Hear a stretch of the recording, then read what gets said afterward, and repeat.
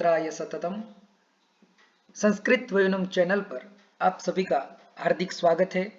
आधुनिक संस्कृत साहित्यकार की जब हम इस श्रृंखला देख रहे हैं, उसमें हम आज एक ऐसी कवयित्री, एक ऐसी विदुषी और एक ऐसी पंडिता स्त्री की बात करेंगे जिन्होंने अपनी लेखनी से 50 जितने ग्रंथ लिखकर संस्कृत माता की सेवा की है। तो ऐसी कवयित्री, पंडिता, विदुषी जो है वह है क्षमा राव। क्षमा राव जी का जन्म 4 जुलाई 1890 ईस्वी सन में हुआ था, जब भारतीय स्वातंत्र संग्राम जो है वह अपने उत्कर्ष पर था और गांधी जी के सत्याग्रह इत्यादि जो है वह भी प्रारंभ हो चुके थे। इसीलिए क्षमा राव जी के साहित्य में भी गांधी जी का प्रभाव और गांधी जी के विचार जो है वह हमें देखने को मिलते हैं।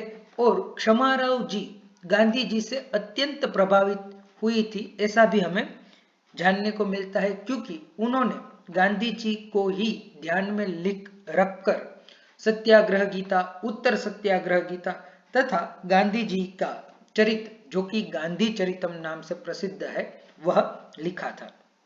तो ऐसी पंडित क्षमा राव जी का जन्म जो है वह 4 जुलाई 1890 ईस्वी सन में महाराष्ट्र में हुआ था। जब क्षमा राव जी 3 साल की थी तब उनके पिता शंकर पांडुरंग जी जो थे वह उन्हें अकेला ही छोड़कर इस जगत से प्रस्थित हो चुके थे। तो अल्पायु में ही जब पिता का साया बेटी ने खो दिया तब उन्हें अनेक समस्याओं का सामना करना पड़ा।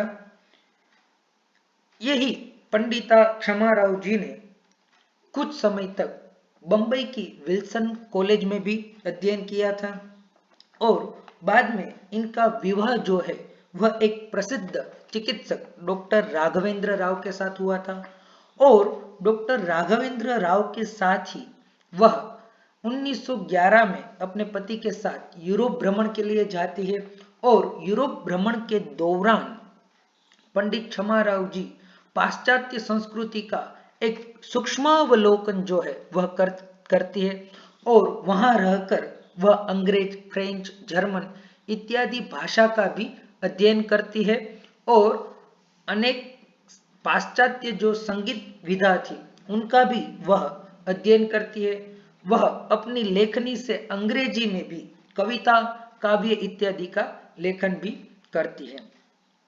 1953 ईस्वी सन में इनके पति राघवेंद्र राव का अवसान हो जाता है और पति के अवसान के 1 साल बाद ही क्षमा राव भी 22 अप्रैल 1954 को यह संसार का त्याग करके पति के अनुगमन करती है।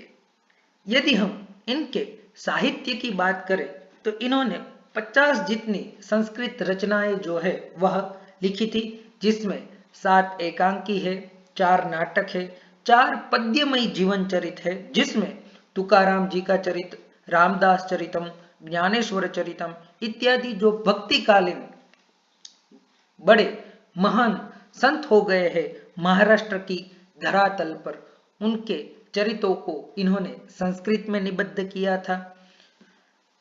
फिर 35 लघु कथाएं हैं। इसके अलावा गद्य रचनाएं जो कि कथा पंचक, ग्राम ज्योति और कथा मुक्तावली भी हमें प्राप्त होती है। और जैसा कि आपको आगे बताया गया उसी प्रकार से यह गांधी जी के विचारों से और गांधी जी की स्वातंत्र्य संग्राम से, गांधी जी के सत्याग्रह से अत्यंत प्रेरित थी। इसीलिए इन्होंने गांधी जी को लक्ष्य करके सत्याग्रह गीता, उत्तर सत्याग्रह गीता एवं गांधी चरितम जैसी कृतियां जो है वह इन्होंने लिखी है। इनकी विद्वत्ता को ध्यान में लेकर विद्वत समाज ने इन्हें काफी सारी उपाधि भी प्रदत्त की है, जिसमें पंडिता उपाधि आती है, साहित्य चंद्रिका उपाधि इत्यादि उपाधि जो है वह पंडिता क्षमा राव जी को प्राप्त हुई थी। इसके अलावा एक मीरा लहरी करके इनका गीति काव्य है जो कि 1944 ईस्वी सन में प्रकाशित हुआ था, जिसमें 2 खंड है। और मीरा की कथा जो है जन्म से लेकर उनके वैकुंठ गमन तक की, यह कथा इन्होंने मीरा लहरी में लिखी है। और इसी मीरा लहरी जो कि पंडित क्षमाराव जी ने लिखी है, उसी को ही उपजीव्य बनाकर, आधार बनाकर लीलाराव दयाल ने ऐतिहासिक कथा प्रदान मीरा चरितम नाम के रूपक की भी रचना लीलाराव दयाल ने की है। तो हम जान सकते हैं कि किस प्रकार से इनके साहित्य को उपजीव्य बनाकर और भी अन्य जो विद्वत गण है उन्होंने अपनी रचना की है।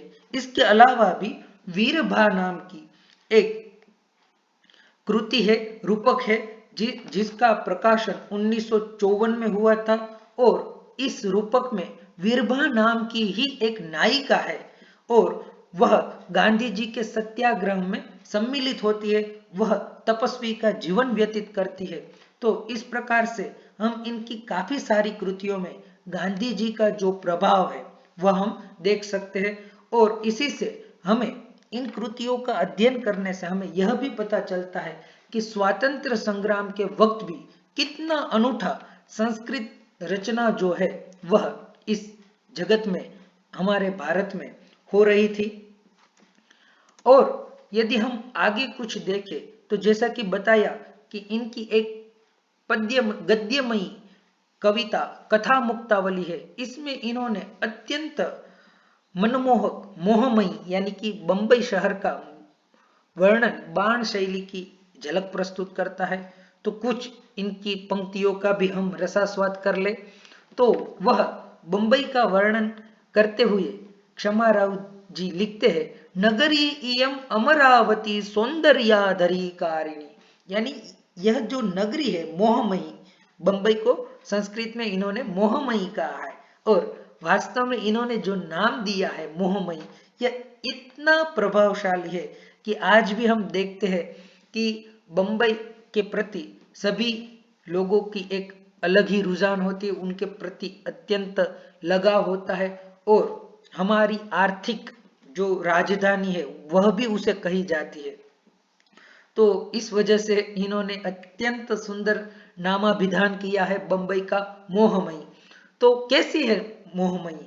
तो नगरी इयम अमरावती सौंदर्याधिकारिणी, यानी अमरावती जो कि इंद्र की नगरी है, उनके सौंदर्यों को भी नीचा दिखाने वाली यह नगरी है। यानी इंद्र की श्रेष्ठ नगरी से भी इन्होंने अमरावती का जो मोहमयी का जो वर्णन है वह श्रेष्ठ किया है।